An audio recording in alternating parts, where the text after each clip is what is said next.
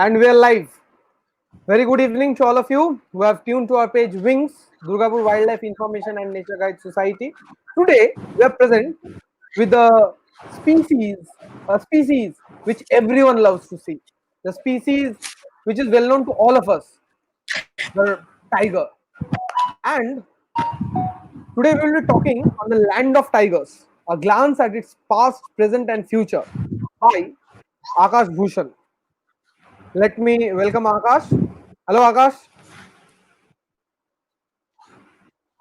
Hello, hello. Okay, let me introduce Akash for those who don't know him. Akash has been working with WWF India Central Indian Landscape under the Tiger Conservation Program.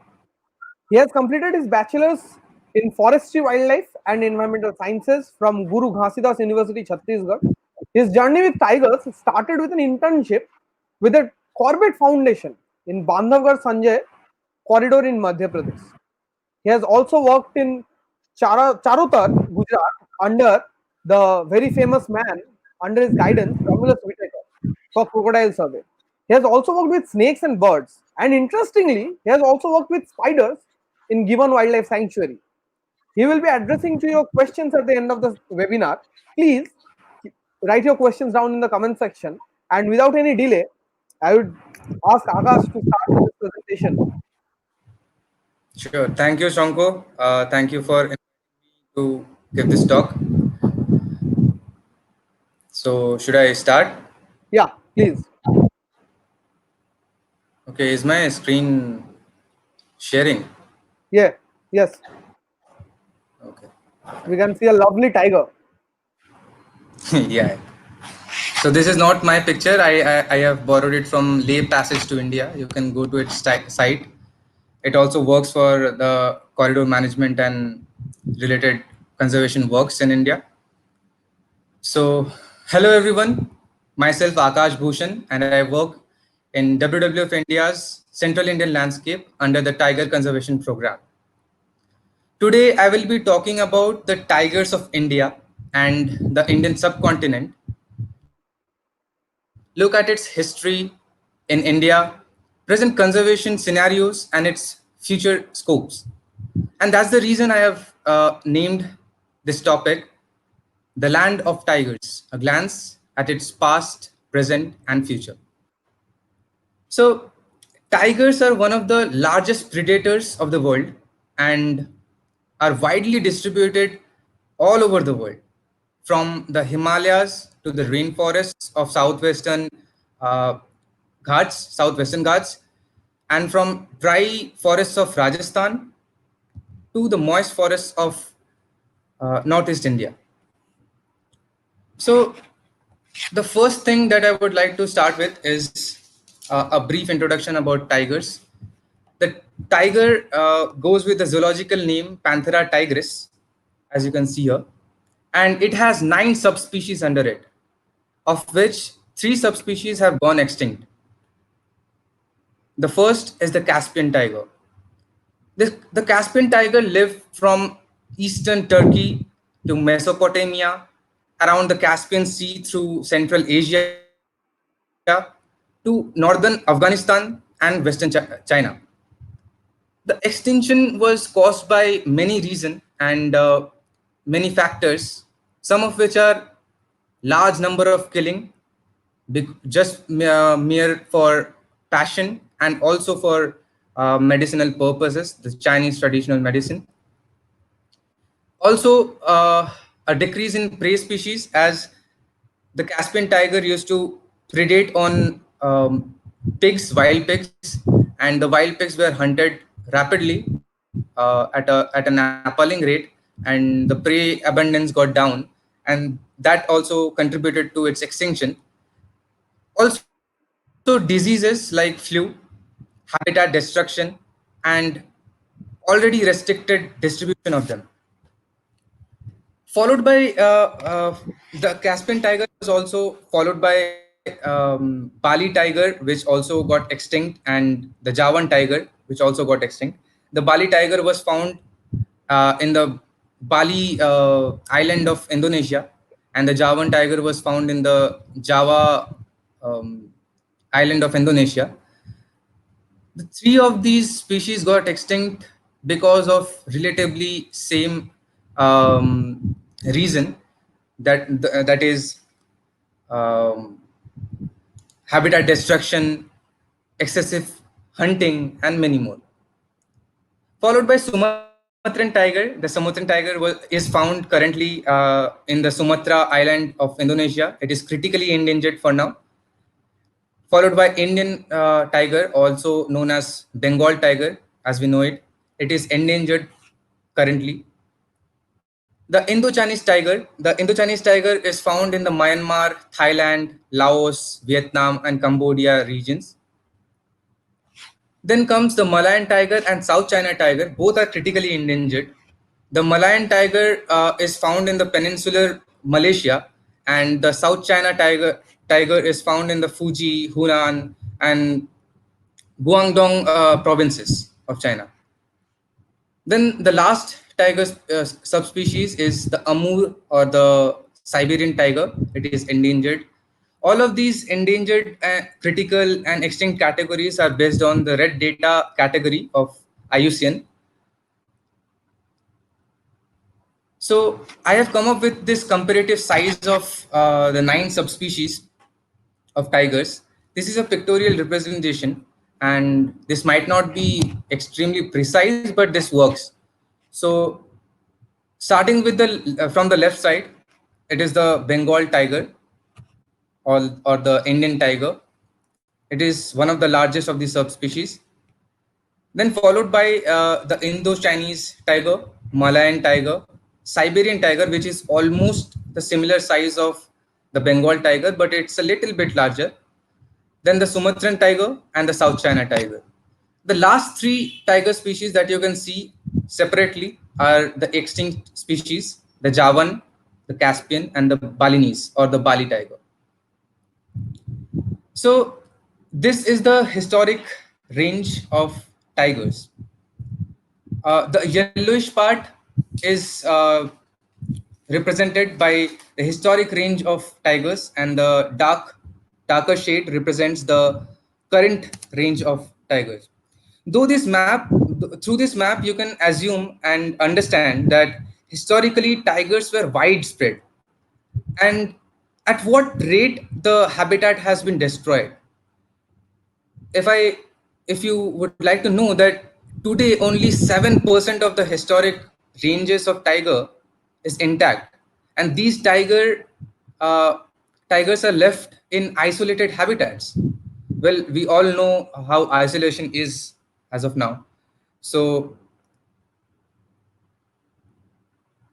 very often I come across people who are wildlife enthusiasts and also who are new to this conservation field, that tigers are given way too importance, and because of it the lesser known species or the lesser known taxa are often neglected. But I would like to say that the lesser known taxa are equally important for the ecosystem. And to be very true, many conservationists, many scientists, many researchers are working on lesser known species. And I am very sure that during this lockdown period, you all must have uh, come across various webinars which has some or the other way discussed about lesser known species.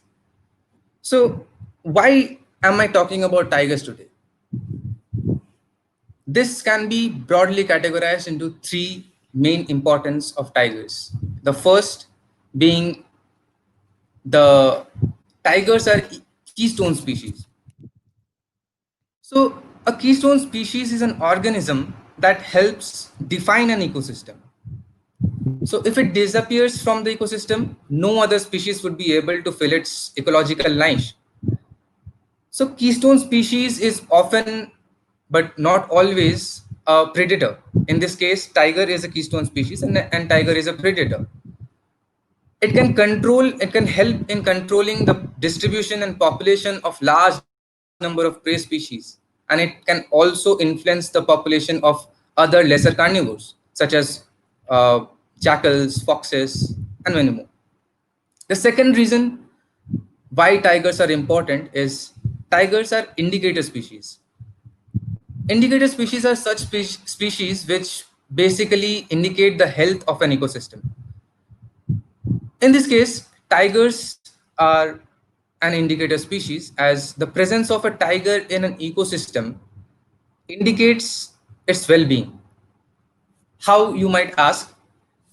Tigers, basically the presence of a tiger in an ecosystem denotes that the area has good prey abundance. That if there is a good prey abundance, there must be good grasslands. If there are good grasslands, there must be good water sources, water bodies. So the overall health of an ecosystem can be assessed and studied by the indicator species, that is a tiger. And that is also a major reason why tigers are given so much of an importance. Third, tigers are flagship species. A flagship species is a species selected for a defined habitat, issue, campaign, or an environmental cause. So, by achieving its conservation, the status of many other species may also be improved. This flagship species is also used to draw in revenue through either tourism or donations or any other purposes, any other sources. A flagship species, for the sake of an information, the flagship species may or may not be a keystone or an indicator species. In this case, tigers are both, all the three: keystone species, indicator species, and a flagship species. Coming onto this photograph is of a very famous author. You all must be knowing this person. This is Rudyard Kipling. He wrote a very famous book in the early 19th century called The Jungle Book. And while he was penning down this book, it was believed that the Indian subcontinent had almost about 50,000 to 1 lakh tigers roaming freely in the wild. But by the end of 1971, the population dropped down at an appalling rate and stuck into a fearsome 1800 only.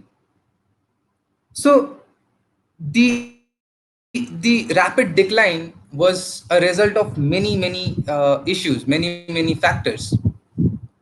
And what contributed to the decline in the past? There were three main categories. That there were three main reasons why, and three main occasions which contributed to the decline of tigers in the Indian subcontinent. The first being the Mughals, followed by Britishers and the Indian rulers, and thirdly, the Chinese traditional medicine. So the Mughals, in India's tigers have always been in the crosshair for centuries. In the early 16th century, Mughal Emperor Jalal-ud-Din Muhammad Akbar had an immense passion for big games. So, as a result, he began a tradition of royal hunting, also known as shikar, and that was carried out by Mughal rulers until 1857, when the Mughal dynasty came to an end. So, I'm sharing a picture with you guys. This is a miniature, Persian miniature of Akbar's hunting of tigers. This particular painting from the period depicts Mongol, Rajput, Turk, Afghan, and many other nobility hunting tigers from elephant and horsebacks. And surprisingly, these acts were considered exotic or heroic sort of thing. This was followed by the Britishers and the Indian counterparts. So when Britishers came into India, uh, big game hunts were also the favorite pastime for Britishers when they succeeded the Mughal dynasty. So big game hunts were considered to be sign of royalty, machismo, power, and wealth.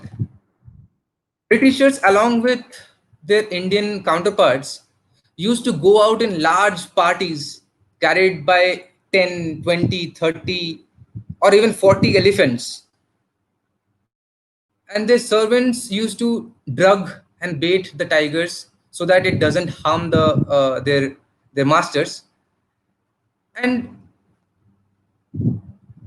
gradually, the slaughtering of tigers were legitimized by these people by vilifying the cats as terrible, bloodthirsty beasts, unquenchable desire for human flesh, and many such more. In this photograph, you can see a British officer sitting in the middle with tiger, leopard, and many tiger skins and a leopard skin in the middle. So, free for all hunting escalated the killing after independence in 1947.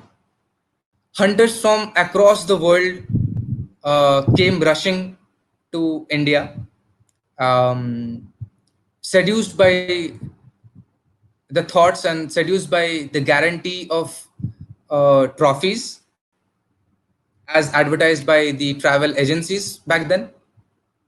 Thousands of tigers were killed by the Indian and British counterparts, the British nobility, until 1971, when the Indian government outlawed hunting.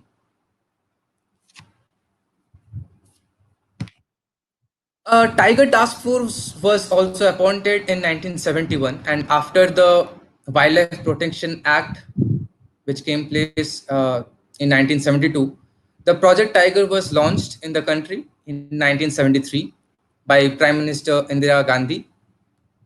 In 1984, the tiger number stopped by 4,000. India had created a global model for wildlife conservation, as it was said back then. But soon after that, tigers began to vanish from the forests, and no one had any clue what happened to them or what was happening to them. This sparked the second tiger crisis in the country. In 2000s, in the 2000 census, just a minute.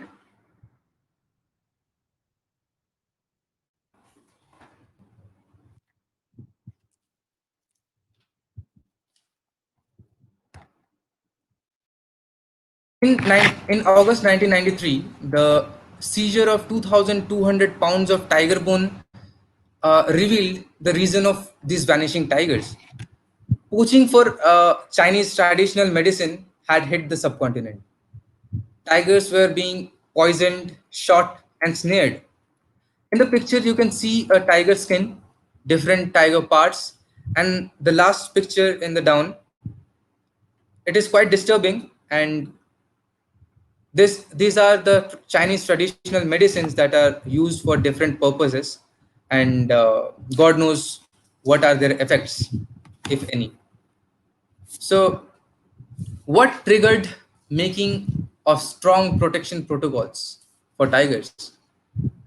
In 2002, a census was conducted where 3,642 tigers were counted by the wildlife wardens and Project Tiger officials. This was because of an this was though because of an unreliable method that was used called paw print surveys. This gave the flawed data basically. And in spite of warnings about inflated population numbers, the officials dismissed all the warnings. And soon after that, Sariska lost its tigers. There was a local extinction that happened. This eventually prompted the creation of a new entity called the National Tiger Conservation Authority, which still works for different regulatory functions related to tiger conservation in India. So the present day scenario of tigers in India is that according to the 2018 census data, India has 2,967 adult tigers in the wild.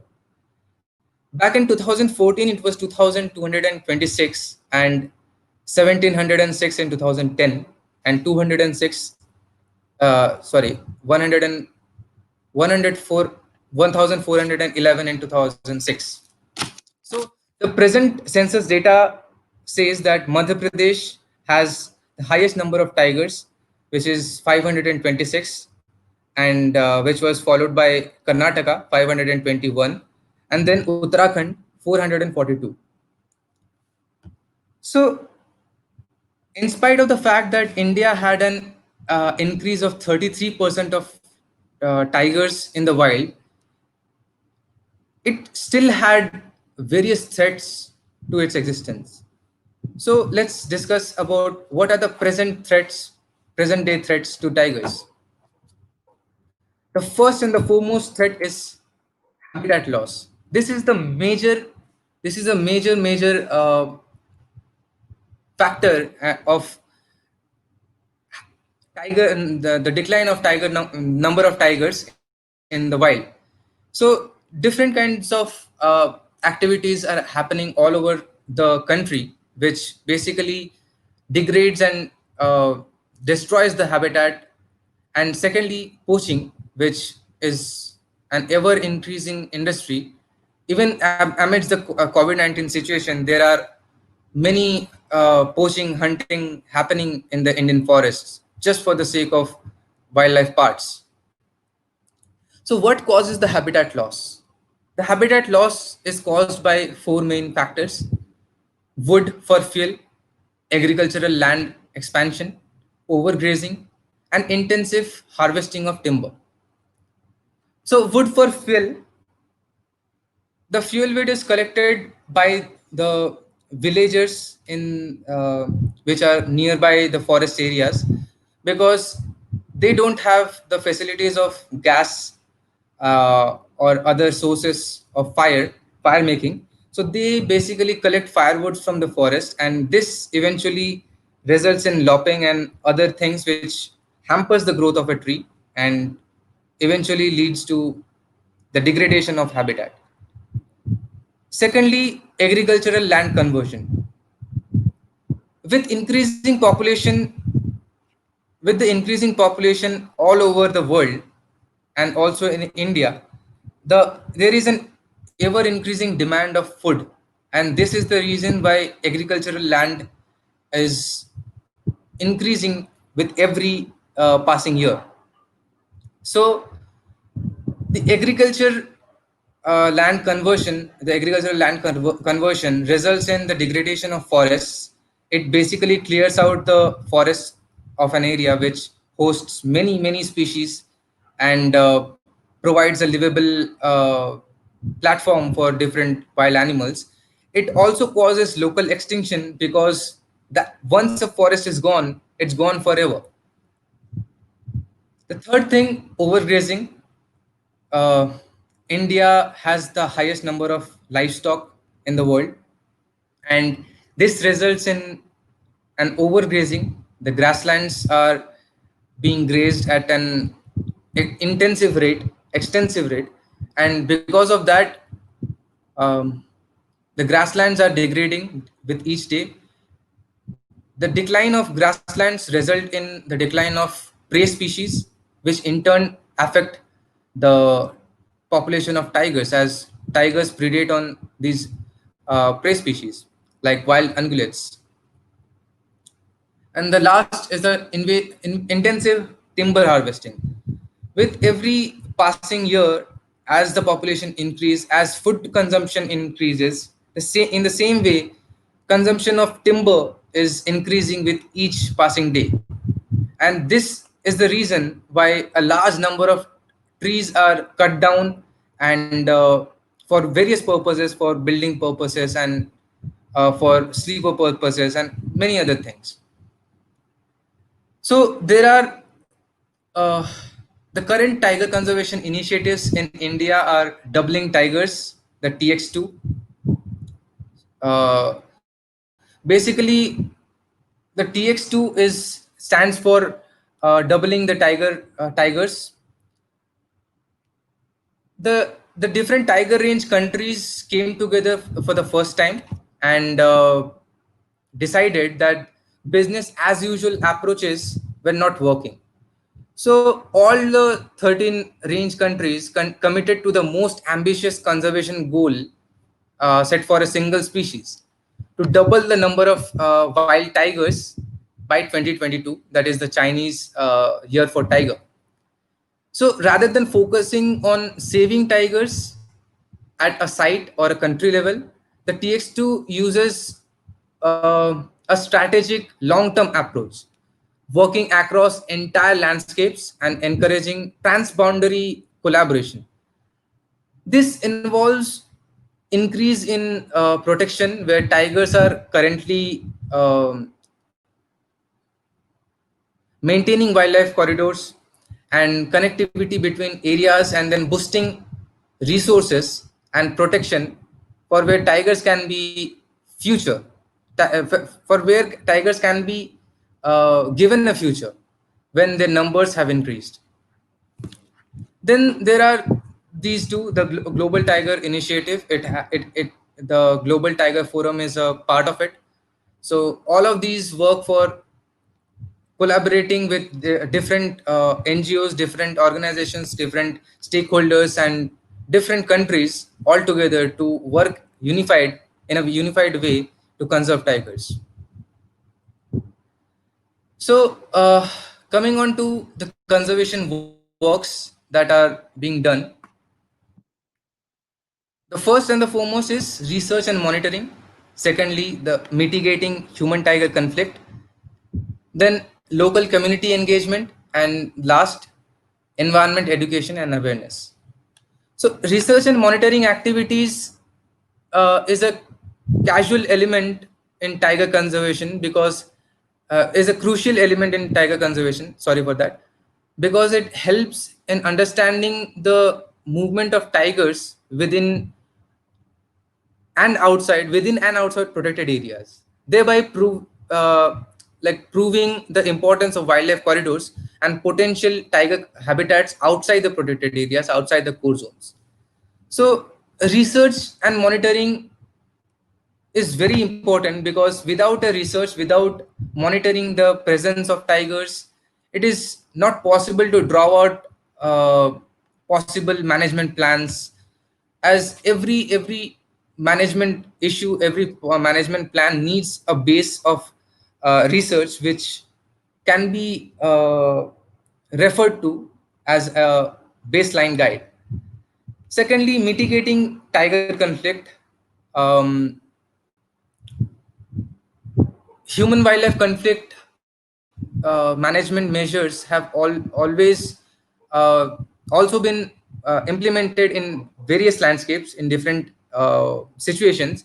These include setting up of trenches around agricultural farms, agricultural fields to reduce crop damage by wild herbivores, installation of solar lights in the periphery of villages in Sundarban to deter tiger from moving into human settlements. Also, compensation strategies which compensate any kind of loss that local villager goes through. Third, the local community engagement, basically by communicating with the local communities and engaging with them, various conservation aspects can be addressed. For example, if a community is staying nearby the forest areas, they can be sensitized by various awareness programs and making them understand the value and uh, getting them into a sustainable way through which they are not much dependent on the forests for their livelihood. The last one is the environment education and awareness. Um, various, sorry, various activities, environment education activities, such as awareness programs with school children, um, and many other activities to educate and aware people about wildlife, the necessity of conserving the wild can be done for conserving the tigers and also various other species. So these are some photographs from the field, research and monitoring. And in the first photograph, we are installing a camera trap. Camera traps are basically installed to take photographs of wild animals remotely without being have to be physically present there. Uh, the second, we were assessing the habitat type of that area. Basically, uh, surveys are done and the surrounding habitats are recorded. The shrub species, the tree species, the grass species are noted. On the right side, you can see a pug mark of a tiger. It's a pug mark of a tigress, basically, because that's a completely different field, by the way. But this is a pug mark of a tigress, and I have kept a GPS for reference of size. Second, the local community engagement. We, on behalf of WWF India, work with the communities, the local communities, and try to communicate, try to engage with various activities like helping them with alternative livelihoods, with providing them resources to start their own businesses, creating self-help groups, and helping them, providing them support, and many more. Environment education and research. So very often we conduct awareness programs in schools and colleges to address students and let them know, let them be aware about the conservation activities going on all around the country and the world, and the importance and necessity of conserving wildlife and why they are important for our own existence.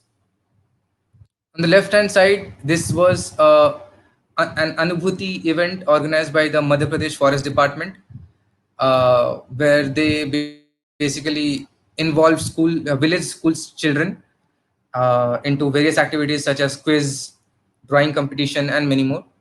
On the right hand side, we were supporting the Madhya Pradesh Forest Department in this Anubhuti event by showcasing a wildlife documentary film to the school going children. So, the future scopes. Well, conserving tigers depend on many factors, and these factors should be addressed one by one. Firstly, in the future, in the coming future, it is also being done now.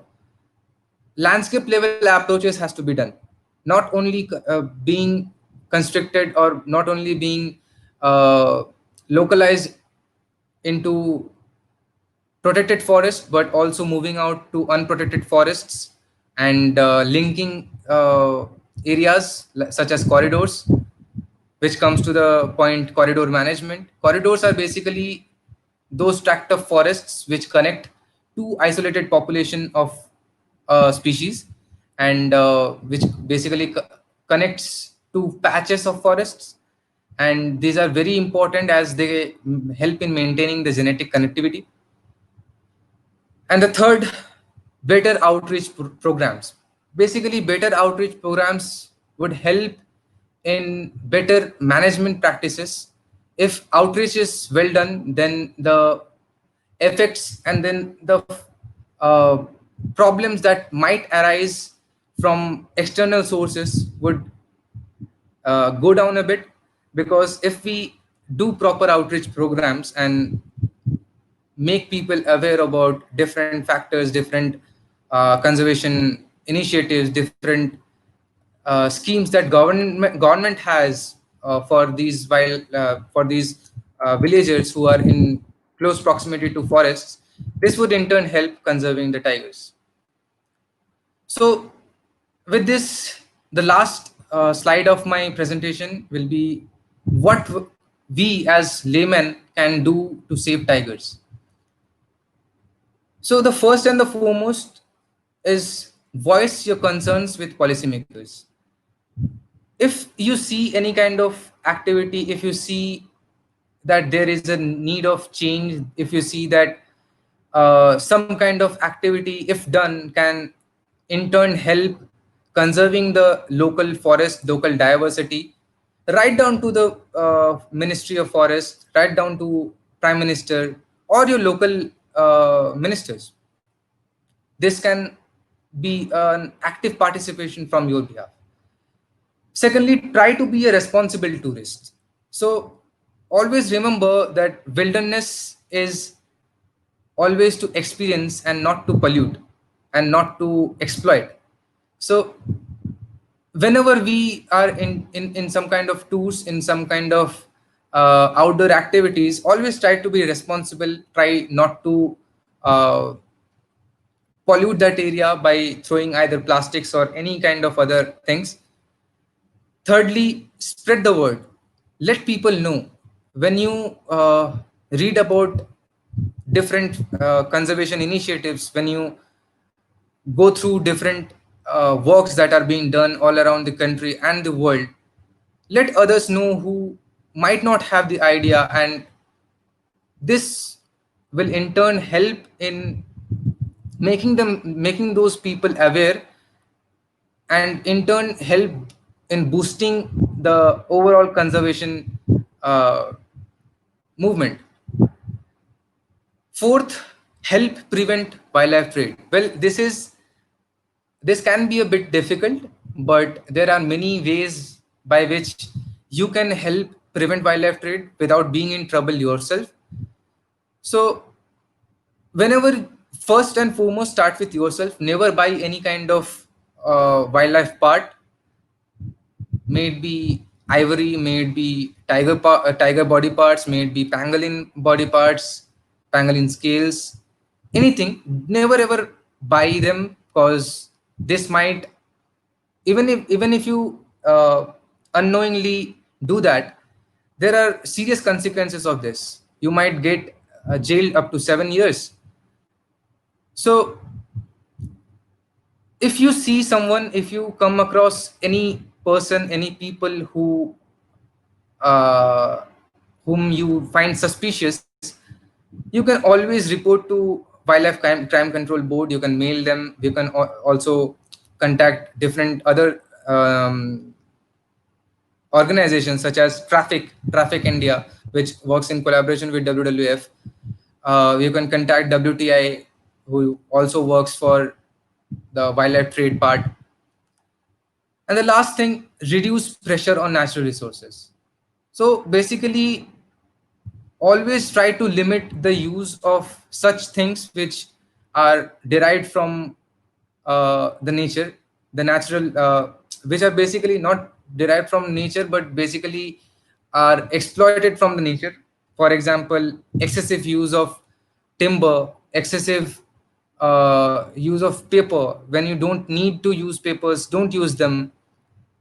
So these are the ways where and how you can take part in conserving tigers. Also, one thing that I forgot to mention about is that you as a person can volunteer into different activities. There are all India tiger estimations happening. Different organizations do it separately also, but under the guidance of National Tiger Conservation Authority.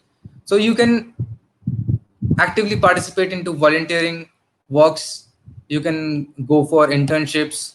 You can basically volunteer with any smaller organizations which works for lesser known species. You can write blogs about it. You can create stories. You can do wildlife photography and spread awareness. So there are many ways by which all of us can actively participate and actively play a role in conserving the wildlife. So with this, I would like to conclude my presentation. India is the land of tigers, and India consists of 70% of the world's, more than 70% of world's tiger, and this is the reason why we need to keep our efforts on, and we need to put all our efforts, put all our knowledge into work and gather our resources and work for conserving the tigers. So, with that, thank you. I'm on for questions, if any. Okay, Akash, a lovely presentation. Thank you so much. Thank you. We have few of the questions. So I will first go to our viewers' questions. So Yeah, sure. the first question is by Debayon. Can you please tell a bit about the differences between the tigers of Sundarban and the rest of India? So basically, to be true, genetically, it's not different. The tigers of the Sundarban have adapted to the marshy areas, and the tigers of the rest of the Indian subcontinent. Basically, these are the same subspecies, Panthera tigris, and it's often heard in the news that the tigers of Sundarban are man eaters and have turned man eaters and have killed many people. But we need to understand this, that tigers do not go man eaters, do not become man eaters, as in like this. There are some reason because of which they turn man eaters, some of which are, if the tiger is injured and if it is unable to hunt its natural prey, it would have attack humans, as humans are the easiest prey. If uh, by any chance the mother of the tiger cub, a cub basically is a man eater, had some of the other time turned man eater, its cub might turn a man eater because it has learned that uh, humans are an easy prey. So for me, there is not there's no distinctive difference between the tigers of Sundarban and the rest of the India. They are all the same, just that with different habitats they have gradually adapted. Okay. Um, to the next question by Moitri Banerjee. Is there any modeling Yeah. approach applied globally or locally? Yeah, there are many models which are being used, and globally as well as locally. Basically, these models are formulated not as a single country, and these are basically sat down and discussed upon by international NGOs, many stakeholders, and it depends on every individual country too, because not every country has the same geographic conditions or the same situation, as in sense of conservation scenario. So models depends on the area. Models vary from a country to the other country, and there is no such globally accepted model as of now. But models are basically adapted according to the use of a particular country. Okay. Thank you. Going to the next question. Is India also among the 13 countries in TX2 project? Yes. India is also among the 13 countries in the TX2 project, and it has, see, basically TX2. It's not that the 13 countries who are in the TX2 has to necessarily double the tigers by 2022. It depends on the individual country. It's not that uh, it is a compulsory thing. So India is also among the 13 countries of TX2 project, and it has taken the initiative to double the the number of tigers by 2022. That is the Chinese year for tigers. Okay. So moving on to the next question. Uh, what is the Yeah. scenario of tiger prey? Like we all know that wildlife has become scarce and many of the tigers aren't being able I'm to. sorry, can you repeat it, Hello, please? hello, can you hear me? Yeah, can you repeat it, please? I could not hear Yeah, you, yeah. and the The sound got question is, cracked. what is the condition of tiger's prey? Like what the tiger kills and hunts upon. What is the condition of that? The condition of prey abundances vary entirely and vary according to the place. Basically, in the central Indian landscape where I work, the Achanakma Tiger Reserve in Chhattisgarh, it has a really low density of prey, to be honest, and that is the reason the number of tigers are little low, little on the lower side.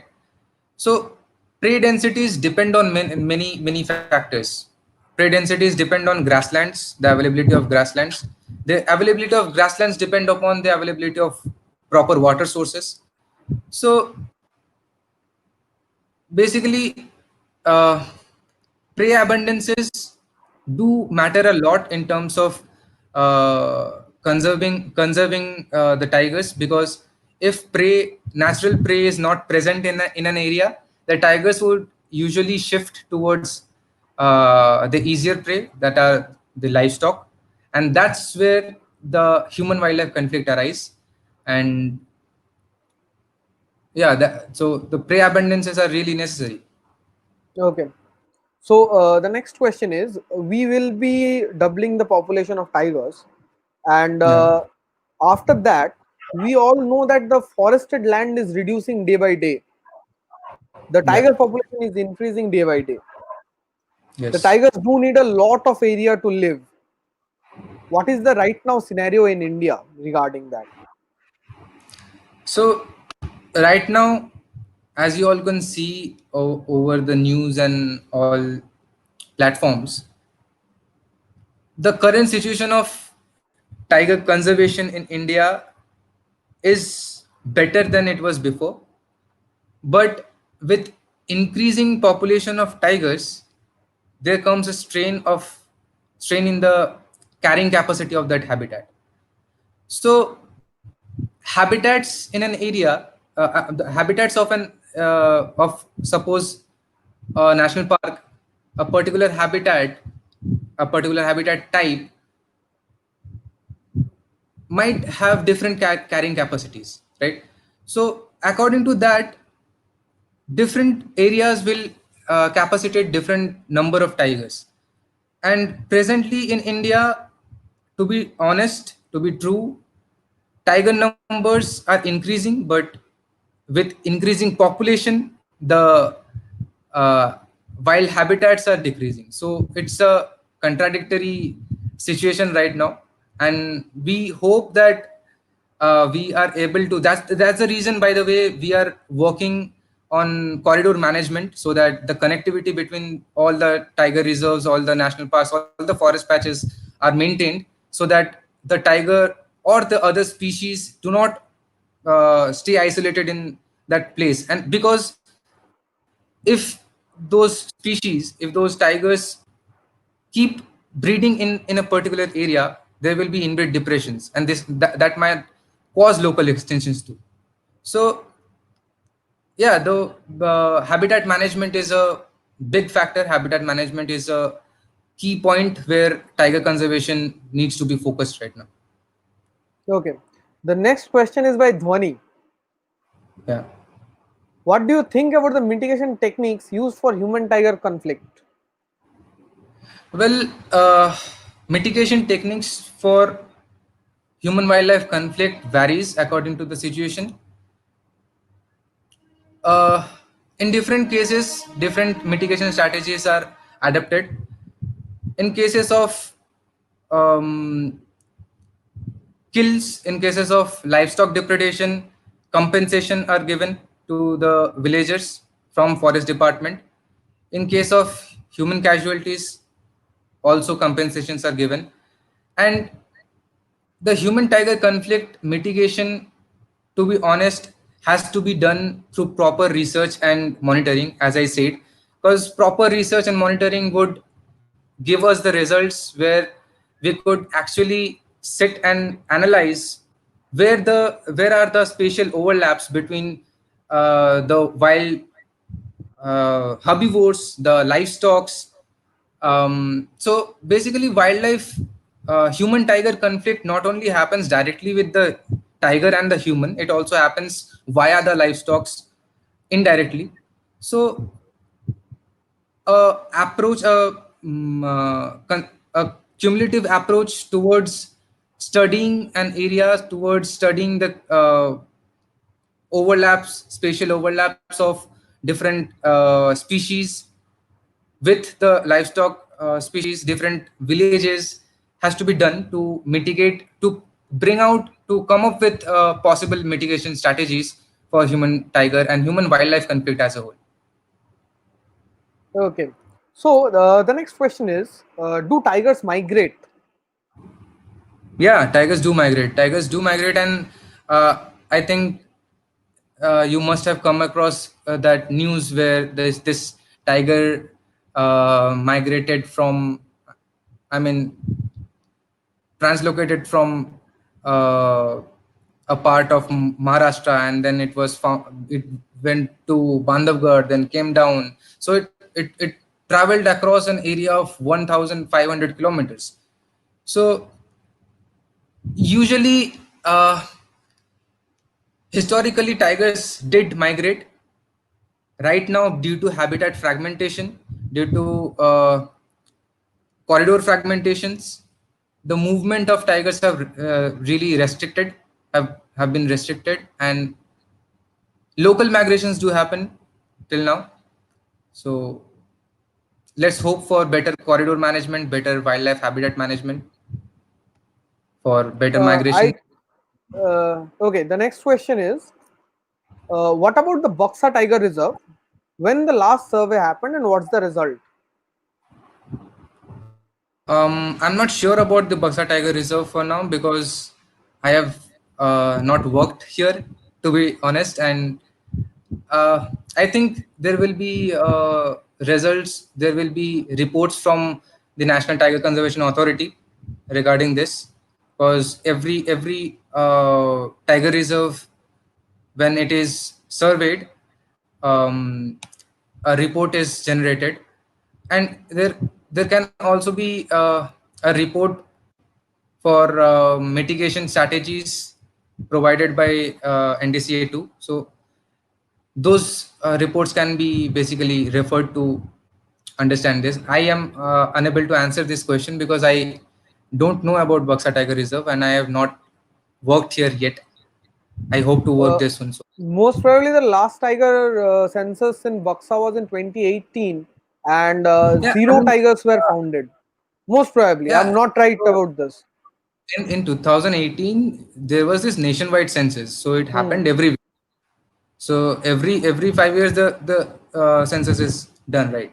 Every 5 years the Then, report. the report is generated.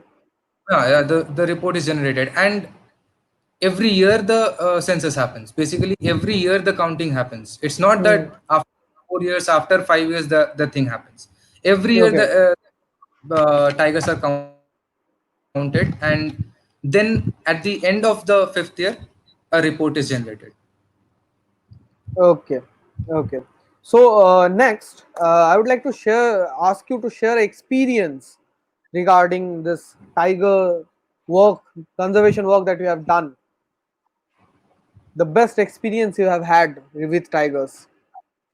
Uh, well, to be honest, the best experience was while I was interning with the Corporate Foundation when I came across with this tiger in front of me. We were going to check the camera traps, and we were in our Thar, the Mahindra Jeep. So we were on this mud road, and it was pre-monsoon time.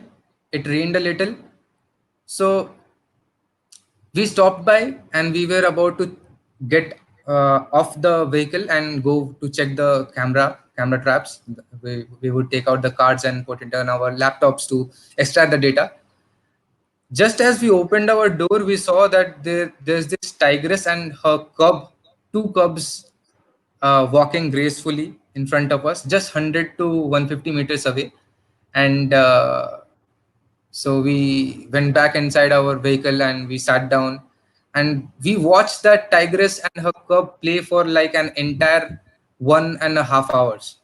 And it was the most beautiful moment of my life that I ever experienced. People go to safaris and people go to safaris to specifically watch tigers, but we as while we work in the field, coming across tigers in front of us is a huge deal basically. And specifically when you don't have any guards, you just go there to collect a uh, camera trap data, and suddenly in front of you you face this huge humongous tigress with two cubs. And we all know that how aggressive tigresses become when there are cubs with them. Basically they're not aggressive, to be true, they become protective. So Hmm. yeah, we humans term it aggressive. Okay. Okay. Great.